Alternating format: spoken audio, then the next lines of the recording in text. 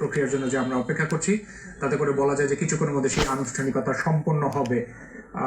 সদ্য প্রয়াত সাবেক প্রধানমন্ত্রী বেগম জিয়ার মরদেহবাহী যে যানবাহন, যে অ্যাম্বুলেন্স, সেই অ্যাম্বুলেন্স ইতিমধ্যে পৌঁছে গেছে বলে আমরা দেখতে পেয়েছি কিছুক্ষণ আগে, এবং তার সেই নিথর দেহ, বাংলাদেশের জাতীয় পতাকায় মোড়ানো সেই নিথর দেহ নামানোর প্রক্রিয়া চলছে বলে আমরা নিশ্চিত হয়েছি। আমাদের সহকর্মীরা বিভিন্ন পয়েন্টে অবস্থান করছেন এবং তারা জানানোর চেষ্টা করছেন সর্বশেষ পরিস্থিতি। টেলিভিশনের পর্দায় দেখতে পাচ্ছেন যে ইতিমধ্যে বেগম জিয়ার নিথর দেহ নামানো হয়েছে এবং ধীর গতিতে আস্তে আস্তে করে নিয়ে যাওয়া হচ্ছে সমাহিত যেখানে হবেন সেই জায়গায়, অর্থাৎ সাবেক প্রেসিডেন্ট জিয়াউর রহমানের সমাধির পাশেই তিনি আর কিছুক্ষণের মধ্যে শায়িত হতে যাচ্ছেন চিরতরে।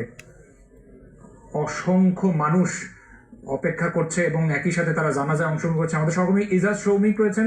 সৌমিক, আমাকে শুনতে পাচ্ছেন?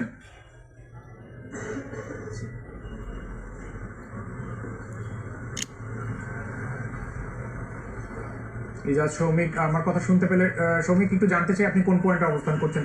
বিশেষ করে এখন যে ফটোকে আমরা লক্ষ্য করছি, মরদেহ মাত্র